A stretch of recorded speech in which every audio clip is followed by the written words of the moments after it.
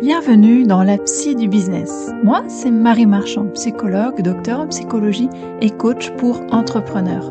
Dans ce podcast, on explore la face cachée de l'entrepreneuriat, ce que ta psychologie fait à ton business et ce que ton business révèle de toi. La psy du business, là où le business rencontre la psychologie. Alors, il y a des moments dans une vie où une institution te regarde, te juge et te dit « tu n'es pas ce qu'il faut être ». Et ce regard, c'est quelque chose qui touche à ce que tu es, à ce en quoi tu crois, à la façon dont tu as choisi de travailler et d'exister. Laurie Audibert a vécu ça. Son parcours d'adoption a été refusé, en partie parce que son identité professionnelle, son positionnement en leadership spirituel a été jugé. Et ce qu'on va explorer aujourd'hui, c'est ce que ce jugement-là a construit dans son business, silencieusement, sans qu'elle ait décidé. Alors Laurie, merci d'être là. Est-ce que tu peux te présenter rapidement pour les auditrices, auditeurs qui nous écoutent? Donc moi, je suis Laurie Audibert, je suis prêtresse en entrepreneuriat sacré. Ça fait maintenant 14 ans que je suis, on va dire, coach. J'ai commencé mon parcours entrepreneurial il y a maintenant 17 ans.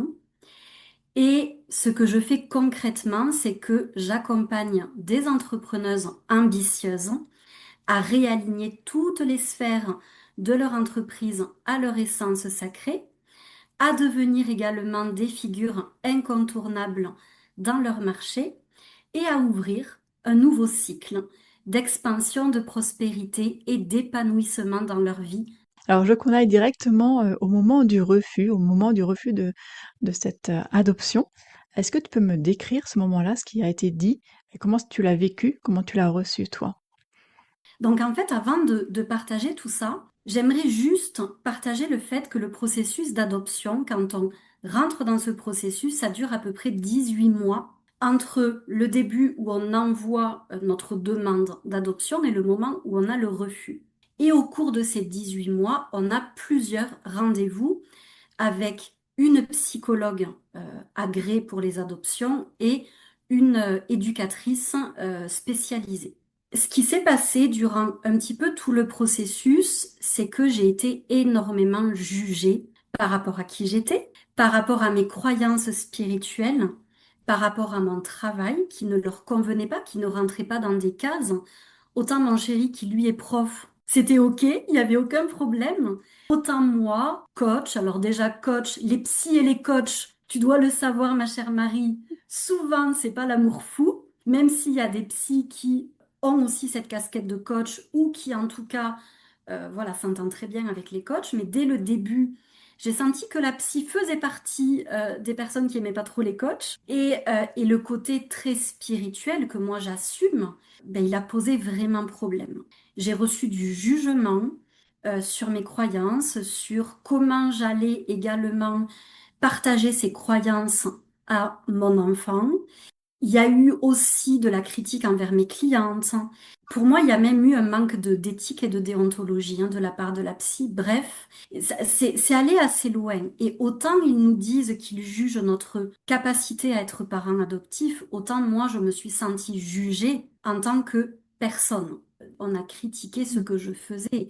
Plusieurs fois, elles sont revenues sur le fait que c'était pas clair, que ce que je faisais, c'était pas compréhensible, que c'était un petit peu perché. Et donc, quand j'ai eu le refus, pour répondre directement à ta question, j'ai pas été étonnée. Parce que de toute façon, tout le long du parcours, j'ai été jugée. Il y a eu un petit peu des tensions au cours des entretiens parce que ben, moi, j'étais pas OK avec ce qu'elles disaient. Elles étaient pas OK avec moi non plus. Donc, il y a eu énormément de tensions entre nous. Et quand j'ai reçu ce refus, ben, c'était juste la conséquence de tout ce qui s'était passé. Il y avait pas mal de mensonges aussi dans la lettre, donc j'ai été face aussi à des choses qu'elles ont inventées. Donc, si tu veux, ce qui a été le plus dur pour moi, c'est pas forcément le jugement que j'ai ressenti tout le long, parce que pour moi, c'était habituel d'être jugée depuis le début de mon métier de coach. J'ai toujours été jugée parce que j'étais différente. Là, pour moi, ce qui a été le plus difficile, ça a été, je dirais, d'être face à de l'injustice. Parce que pour moi, Je savais que je pouvais être une bonne maman. J'en suis convaincue. Et en fait, on a cessé de me répéter ou de sous-entendre que mon travail et mes croyances spirituelles m'empêchaient d'être une bonne maman. Oui, merci. Parce qu'effectivement, quand j'entends, hein, quand une institution, alors ou une figure d'autorité, là c'est l'État qui fait figure d'autorité, évalue non pas ce que tu fais, mais qui tu es. Il y a quelque chose de très particulier qui peut se passer psychologiquement, hein, c'est ce on parle en psychologie de menace identitaire. Et une menace identitaire, ça se traite pas juste comme une petite déception. Oh, c'est bon, j'ai pas été acceptée pour l'adoption. C'est pas que ça. Ça se raisonne pas, ça s'analyse pas à froid. Ça se porte vraiment longtemps, et notamment dans des endroits où on n'a pas forcément prévu, notamment dans ton activité professionnelle. Donc on va voir quelles ont été les conséquences. Est-ce que ce refus à semer chez toi peut-être un doute sur ton positionnement, sur ce que tu incarnes? Est-ce qu'il y a eu un moment où tu t'es demandé si tu devais toi-même peut-être changer qui tu es professionnellement pour être enfin acceptable? Alors, pour être acceptable en tant que future mère peut-être, mais aussi de manière plus générale pour être acceptable dans ton activité, puisque j'entends que tu as été très longtemps jugée pour ce que tu fais. Eh bien, je te dirais aucunement. Parce que, en fait, j'ai toujours été droite dans mes bottes. Je me suis dit, ce parcours d'adoption, je vais le vivre en étant pleinement moi et pleinement dans ma vérité. Je ne lisserai pas qui je suis pour correspondre à ce qu'ils veulent. Dès le début, je dirais, j'ai été moi. Et je ne le regrette pas, parce que le refus que j'ai eu, je l'ai eu sans me trahir. Tu m'as dit que depuis cette décision, donc ce refus d'adoption, tu as voulu peut-être moins t'exposer dans ta communication. J'aimerais qu'on aille un petit peu plus dans le concret. Qu'est-ce que tu as fait en moins? Qu'est-ce que tu ne dis plus ou peut-être pas de la même façon depuis cette décision-là? Je pense que c'est pas forcément que je me suis moins montrée, parce que j'ai continué à communiquer. Je te dirais que ce qui s'est passé, c'est que à partir du moment où j'ai eu le rendez-vous avec la psy au mois d'avril, je suis sortie de là, je pleurais, j'étais vraiment pas bien du tout. À partir de là, mon business s'est cassé la gueule. Mais vraiment, j'avais de super bons mois à 20, 25 000 euros avant ça. À partir de là, j'ai eu des clientes qui ont renouvelé, qui ont continué à renouveler, mais je n'ai eu aucune nouvelle cliente. Aucune. Et ma visibilité s'est aussi cassé la gueule sur les réseaux sociaux. Ce à quoi j'ai pensé, tu vois, je me dis pas que j'ai moins communiqué. Alors certes, j'ai moins fait de live, j'ai moins été en connexion avec les gens. En fait, je pense que ce qui s'est passé, c'est que ça a été tellement violent pour moi, j'ai eu besoin de me protéger. Et en fait, je me suis mise un peu en mode ermite et en mode confort. C'est confortable pour moi de faire des posts. Je suis cachée derrière mon ordi. Allez, c'est ok, je fais ça. Faire des lives, c'est pas forcément confortable pour moi. Je suis déjà assez perturbée par tout ce que je vis dans ma vie perso. Je vais pas en plus m'obliger à sortir de ma zone de confort. À côté de ça, ce qui s'est passé aussi, c'est que j'avais pas l'espace mental, émotionnel pour accueillir de nouvelles personnes en accompagnement. Tu vois, et ça, parfois, on se dit, oh, mais je fais pas de vente, oh là là là là. Mais en fait, j'ai tout simplement pas l'espace de faire des ventes. J'en fais quoi après de mes clientes si moi ça va pas? Parce que j'étais pas bien, en fait. Ça avait tellement bougé des choses et puis ça avait remonté d'anciennes blessures et tout ça, que du coup, oui, ça a impacté mon business. Et donc, pour en revenir à ce que je te disais, c'est pas que j'ai moins communiqué, c'est que je pense que je suis restée dans ma zone de confort qui ne m'a pas permis de croître et d'expanser mon entreprise. En psychologie comportementale, on appelle ça un comportement d'évitement actif. C'est-à-dire qu'on réduit l'exposition pour réduire le risque de revivre quelque chose de douloureux. Forcément, ça va réactiver la blessure. Alors le problème, c'est que l'évitement va renforcer toujours ce qu'il cherche à éviter. Alors chaque fois qu'on se retient, finalement, on va envoyer un message à son cerveau. On lui dit, bah, il y avait bien quelque chose de dangereux là.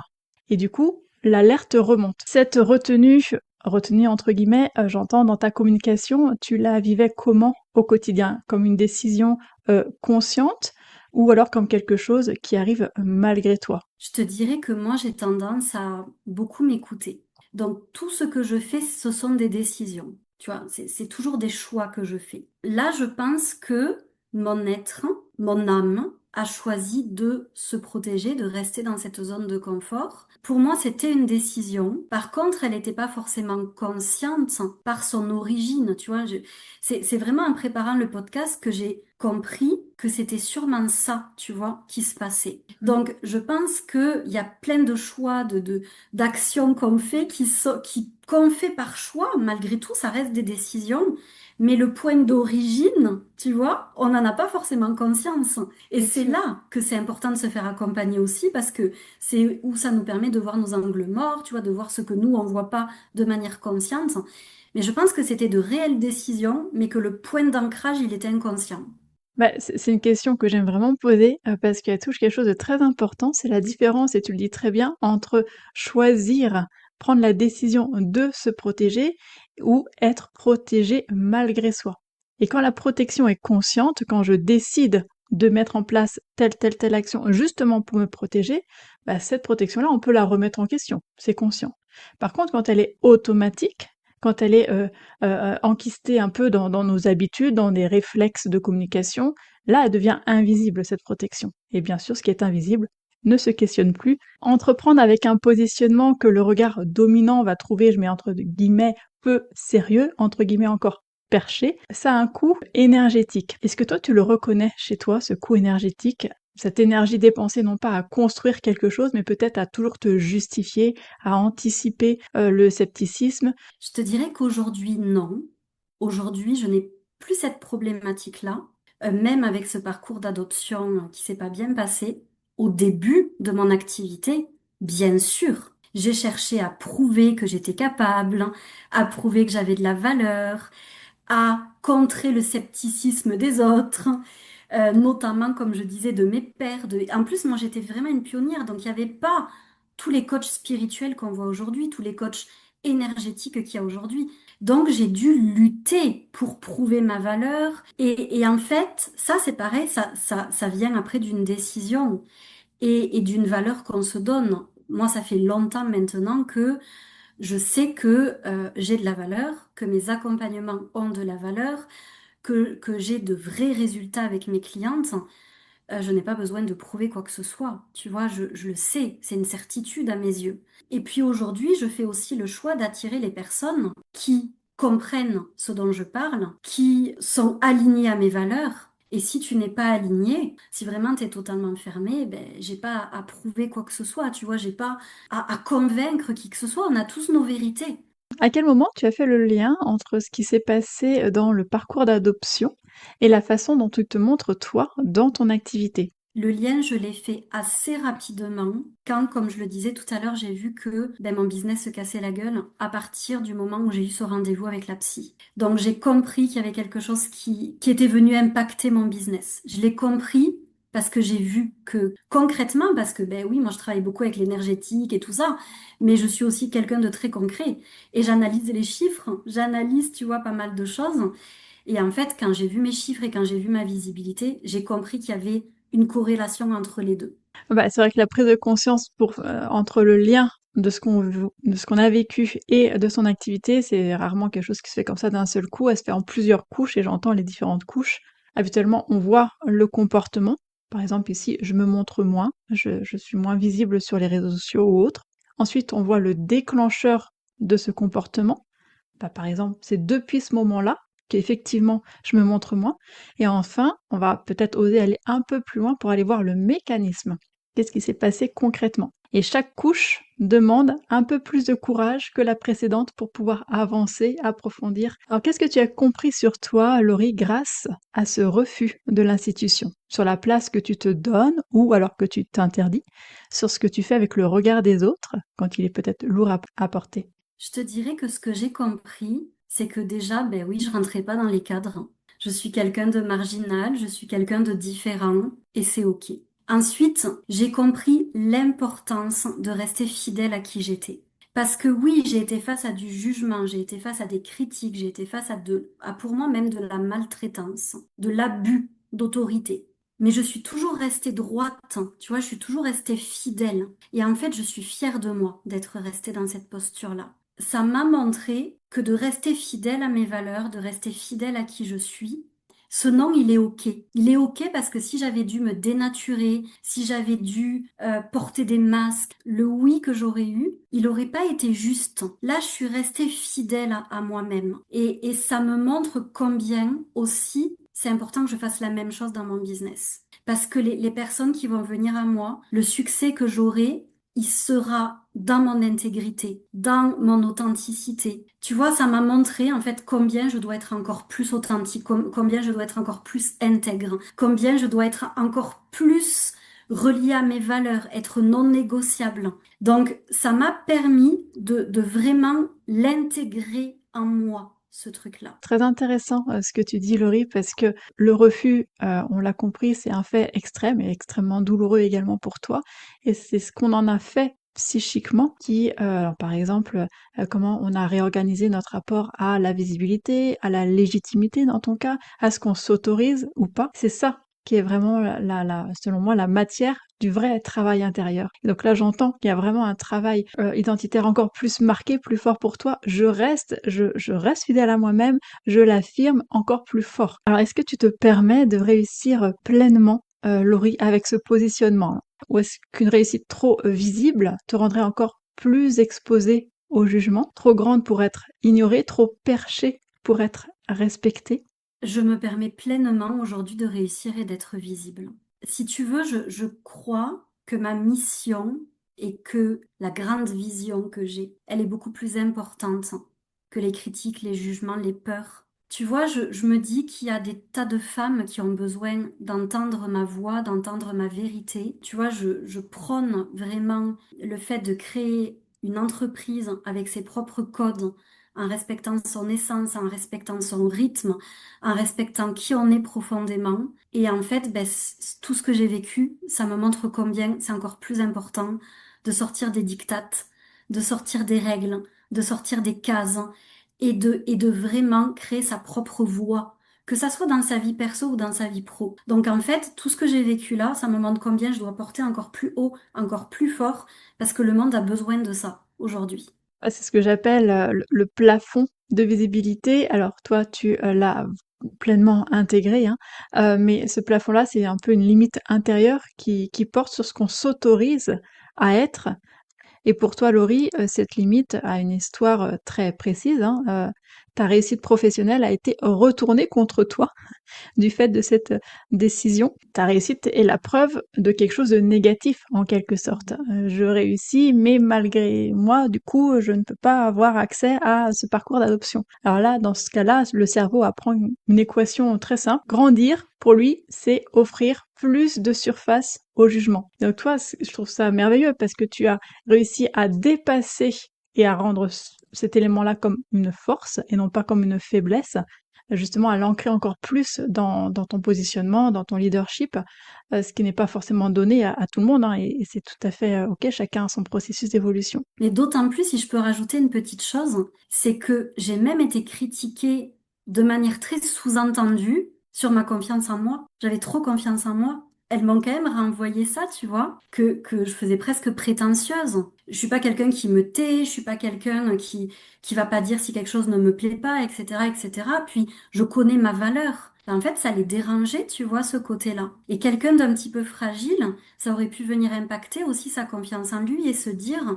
ben, si je montre trop de confiance en moi, trop de leadership, etc., si je brille trop, ben, je serai pas aimée, je serai pas Bien approuvée, je sûr. serai pas acceptée. Est-ce qu'il y a une seule chose que tu veux que les femmes qui nous écoutent, celles qui se sont senties jugées pour ce qu'elles incarnent, retiennent de cette conversation? Ce que j'aimerais qu'elles retiennent, c'est ce que je disais tout à l'heure, c'est le fait de rester fidèles à qui elles sont, de rester fidèles à leurs valeurs, à leurs principes, à leur vérité, tout en restant bien entendu ouverte aux vérités des autres, hein. Mais de toujours rester fidèles à qui elles sont, de toujours aussi rester ancrées dans leur grande vision. Qu'est-ce qu'elles désirent, qu'est-ce qu'elles veulent, c'est quoi leurs objectifs. Parce que très souvent, si on n'est pas ancré dans ça, en fait, l'opinion des autres, les critiques, les jugements des autres, ça va venir nous détourner de cette grande vision. Donc, plus on reste ancré, plus on travaille sa valeur aussi, plus on vient asseoir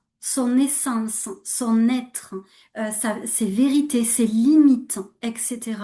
Et plus on peut rayonner. Et en fait, c'est que le monde aujourd'hui a besoin de femmes et d'hommes également qui prennent la parole et qui viennent élever les consciences, qui viennent élever le monde, qui viennent apporter de l'amour, qui viennent apporter, parce que le monde, il est malade actuellement. Donc, on a vraiment besoin de personnes qui portent leur voix. Et tant pis pour les gens qui jugent, il y en aura toujours, on sera toujours critiqué. Mais à côté de ça, on est aussi aimé par d'autres, hein. On aide d'autres personnes. Je dirais c'est ça le plus important. Et même si on était aimé par personne, ben, le plus important, c'est avec nous qu'on passe toute sa vie, hein. Donc, on va pas se trahir soi-même pour être aimé. On doit d'abord s'aimer soi, se respecter soi, prendre soin de soi et puis partager ce qui est juste pour nous. Alors, ce que Laurie vient de mettre en mots, c'est un regard extérieur qui, quand il a eu suffisamment de poids, finit par s'installer à l'intérieur.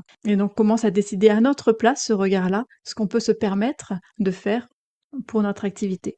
Alors, la question que j'invite les auditrices, auditeurs à se poser cette semaine, dans leur façon de se montrer, ou de ne pas se montrer dans leur business, c'est est-ce que c'est toi qui décides? Ou est-ce qu'il y a un regard que tu anticipes encore, un jugement que tu continues de prévenir, peut-être une autorité fantôme à qui tu demandes encore la permission d'être pleinement toi? Si tu veux aller plus loin, abonne-toi et laisse un avis.